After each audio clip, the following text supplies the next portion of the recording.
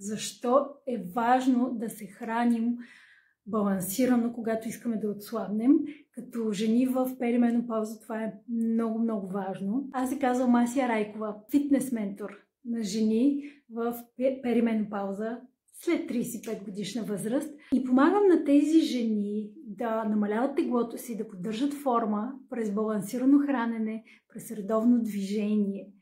Миналата година направих дипломна работа, с която защитих успешно в НСА. И в тази дипломна работа именно доказах, че моята система с балансирано хранене и редовни кратки тренировки за сила помага на жените да намаляват теглото си и да поддържат добра форма дълготрайно. Имам 20 годишен опит като фитнес треньор и в работата с балансирано хранене. За това имам много опит и знам какво работи, какво не работи и как всяка жена е необходимо да индивидуализира целият процес на балансирано хранене и на подредба на навиците, за да може не просто да отслабне, за да може да задържи тези резултати. Когато искаме да намалим теглото, е ясно, всички знаем, че трябва да приемаме по-малко храна, отколкото изразходваме. И в този стремеж много често жените просто започват директно от това да си намалят храната. Много често я намаляват с много големи количества махат от храната си и това внася хаос. Започвате да се чувствате гладни, изнервени и много рано или късно, след известен период от време, зарязваме всичко. Просто защото не се чувстваме добре. Ето защо в моята система аз препоръчвам на жените първо да овладеят балансираното хранене, да се научат да се хранят балансирано и чак след това да въведат това намаляване на храната, известно като калориен дефицит. Аз напоследък говоря с доста дами, като кажа калориен дефицит, те казват: не, това не е за мен, защото винаги го свързват непременно с тегляне и с мерене. Не е задължително. Затова, за да може да сте достатъчно дълго време на въпросния калориен дефицит, т.е. да приемате малко по-малко храна, отколкото изразходвате, за да може това да го поддържате устойчиво във времето. Първо е необходимо да знаете как да си балансирате чинията. Когато знаете как да си балансирате чинията, това влияе на кръвната захар и ние се засищаме на всяко хранене, но не прекаляваме с количествата. Едно от нещата, които някакси обягват на жените е, че прекаляването с храна, желанието за сладко е защото няма засищане, защото вие се храните или много малко, или не са ви комбинирани добре храните, те не ви засищат, много бързо огладнявате или пък почва да ви се яде сладко.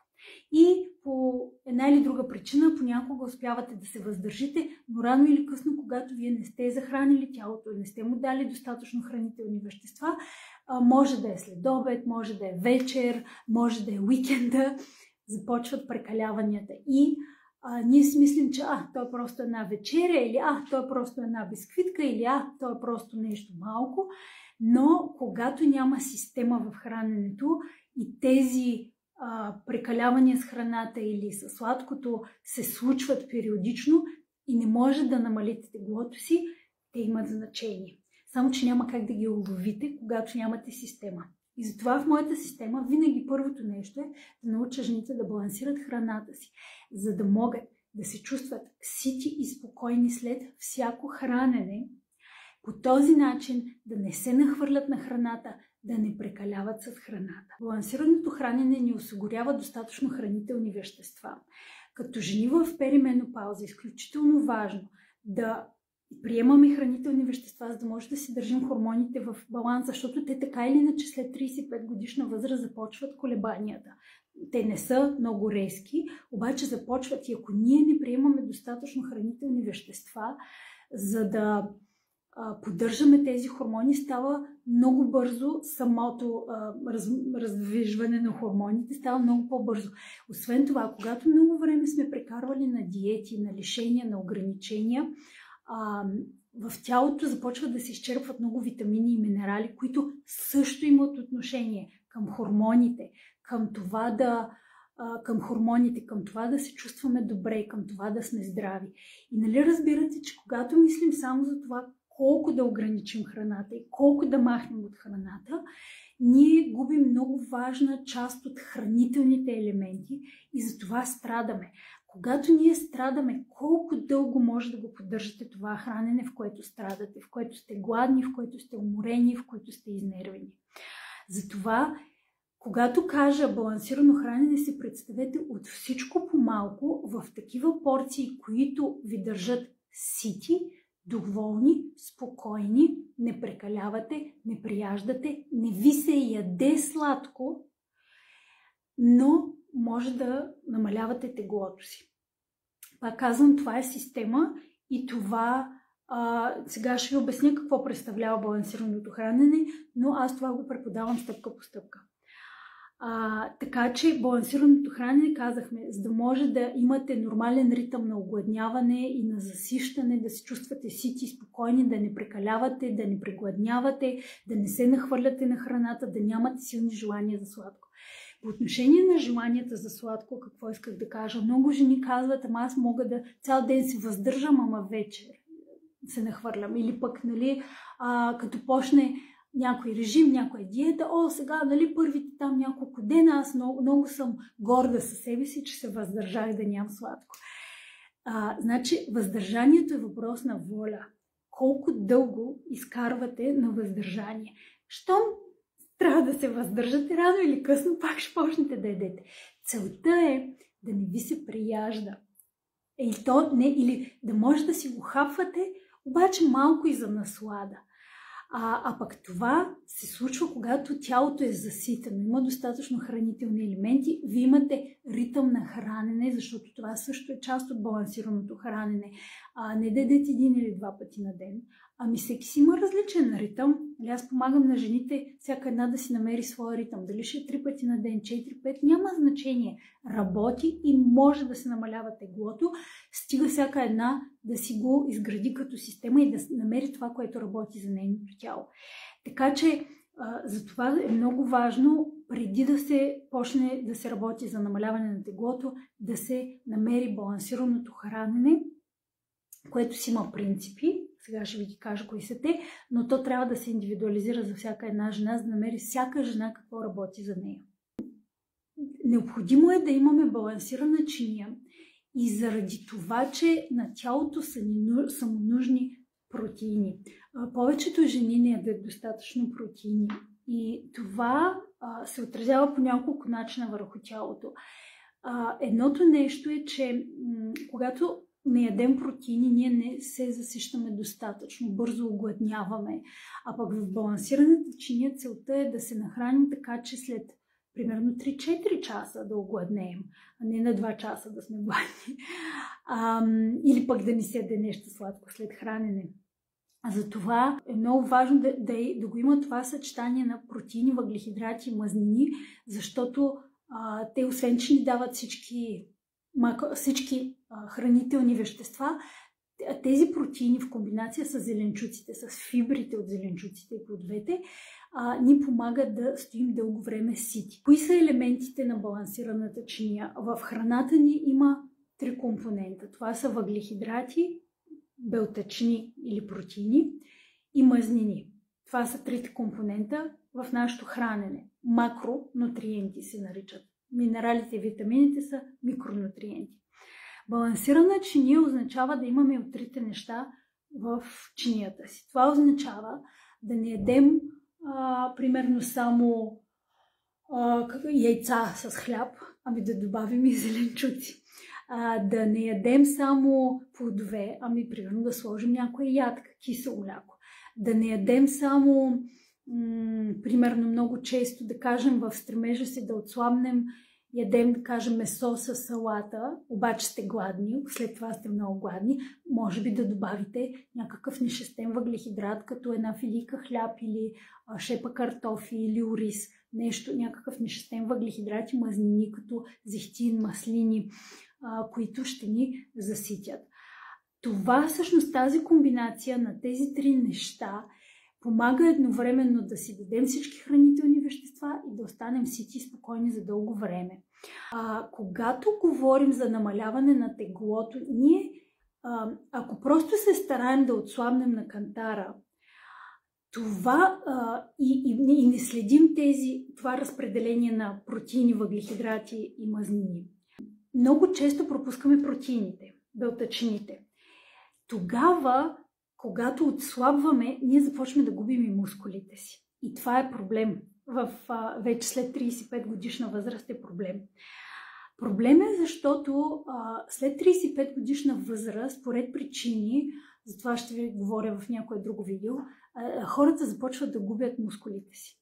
А пък мускулите са тези, които изразходват най-много енергия в ежедневието. На тях просто им трябва енергия само за да съществуват. И затова от една страна ние ги губим по естествен път след 30 годишна възраст, хората ги губят, процесът се нарича саркопения, и от друга страна, когато си ограничаваме много храната, за да има намаляване на теглото, де-факто ние си ограничаваме и протеините и почваме да губим още повече мускули. И това в перименопаузата е особено важно. Първо, защото трябва да имаме достатъчно количество мускули, за да имаме силен метаболизъм, който гори повече калории за час. Тоест в ежедневието да може да горите повече калории, а не само на тренировка или по време на движение. Затова ни трябват мускули. Мускулите ни трябват преди всичко за здравето. Ако искате да напредвате в годините, да сте подвижни, активни, да може без болки и без трудности, просто да си вършите ежедневните неща, да ходите на преходи в планината, да се радвате с децата, с внуците си. Трябва да ви мускули. И за това, ако само мислите за отслабване, и още нещо, много от вас искат да са стегнати, искат да са им формени телата. И това са мускулите, мили момичета. Когато говорим за стягане, ние говорим за мускули. И когато намаляваме храната, защото искаме да намалим теглото си, но не внимаваме дали чинията е балансирана, и една част от този баланс са именно белтъчините и протеините, не ядем достатъчно протеини и си губим мускулите. И става, отслабваме за там 1, 2, 3 седмици, 1-2 месеца, губите тегло, голяма част от което в началото всъщност е вода, а не са мазнини. И обаче, понеже няма как да поддържа, първо, защото не ви е добре балансирана чинията, появява се глад, вие не може да овладеете, почвате или се връщате към старото хранене, или почвате да ядете сладко, или безразборно и така нататък. И от друга страна, почваме да губим тези мускули и после, рано или късно, се връщаме към старото си хранене. Обаче тия мускули са загубили. Знаете ли колко трудно се изграждат наново мускулите в този период? Именно заради промяната на хормоните. И затова, ако искате всъщност да намалите теглото си трайно, не мислете само за отслабване, а мислете за това как да се храните и да се движите, така че да може да задържите възможно най-голяма част от мускулатурата си и да намалите само мазнини, да не спадат мускулите, да спадат мазнините. Защото по този начин, с повече мускули в тялото си, ние горим повече калории в ежедневието си, не по време на тренировките, в ежедневието си. 24 часа една жена с повече мускули гори повече калории, отколкото една жена с по-малко мускули. Защото има мускули и те мускули само за да съществуват, горят калории. Нали? Те за да съществуват, на тях им трябва храна. И за това, когато говорим за трайно намаляване на теглото, всъщност говорим за това да можем да задържим мускулите си и да намалим мазнините. Много е важно. И това се случва именно през балансиране на чинията. Затова в моята система аз първо уча жените как да си балансират чинията и когато видя, че знаят как да подредят протеините или белтъчините, зеленчуците и другите нишестените въглехидрати и мазнините и се чувстват спокойни, сити, вече не им се яде сладко, имат се енергия, чак тогава преминаваме към това как да си намалят малко храненето, за да почне именно намаляването на мазнините. Така че в обобщение, важно е да се научите да се храните балансирано, когато искате трайно намаляване на теглото, за да може в процеса на намаляване на теглото да се чувствате сити, да се чувствате спокойни. Сега аз не казвам, че няма да има известен дискомфорт. Нали? То има ли калориен дефицит? Намалена ли е малко храната? Със сигурност има моменти, в които не е много приятно и сме леко гладни. Обаче целта е тези моменти, когато тялото е добре захранвано известно време, когато, примерно, балансираната чиния 1, 2, 3, 6 месеца е хубаво да се научите да я поддържате. Те много жени, докато си балансират чинията, всъщност вече намаляват теглото, просто защото по естествен начин си намаляват количеството храна. Защото старайки се на всяко хранене да има баланс, чувствайки се сита и спокойна, имайки енергия, те голяма част от калориите отпадат от само себе си. Просто защото в останалото време, в това лутане, какво да ям, колко да ги ограничавам, ние постоянно нещо ограничаваме, постоянно нещо махаме, постоянно нещо ми липсва и след това отиваме и се нахвърляме. Затова отделете си достатъчно време да се научите да балансирате чинията, да се научите да сте сити и спокойни, да имате енергия, да може да ходите добре до тоалетна и след това вече, като се получи застой в резултатите, след това се преминава към следващия етап, как малко да се намалят калориите, да се намали общия прием на храна, за да може да се получи именно това намаляване на мазнините. Заради това е важно балансирането на чинията. Аз през този месец в Viber канала говоря за това. Ще имам и други публикации. Ако искате, заповядайте. Ако не сте във Viber канала, сложете ми един плюс, за да ви изпратя линка, да ви поканя да се включите. А пък на 1 август, за тези от вас, които искат аз да им помогна да си балансират чинията, ще пусна програмата, тя е нова, 30 дена балансирана чиния. За сега съществуваше само като част от Студио Здраве заедно, но сега ще я направя с вас. 1 месец с мен заедно ще я правите и аз ще ви помогна да си балансирате чинията.